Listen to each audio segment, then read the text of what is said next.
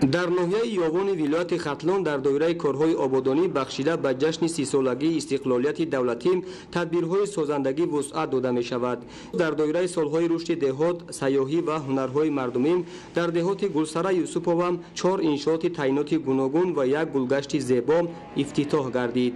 در مراسم مورد استفاده قرار گرفتن مرکز سلامتی، 3 مغازه خوراکواری، یک کارگاه دوزندگی، مرکز سودا، نقطه شستشوی نقلیات، بستان دوی ناحیه یاغون ولایت ختلان مرکز سلامتی افتتاح گردید. مرکز سلامتی دارای شرایط ارزنده خدمترسانی و دستگاه و تجهیزات زمانوی صحوی بوده با دستگیری حکومت جمهوری تاجیکستان جهت دسترسی اهالی از خدمترسانی‌های سطح بلند طبی بنیاد گردید. من بعد از این شرایط مساعد خدمترسانی طبی بیش از 3000 نفر اهالی دهه بستان استفاده می‌برند.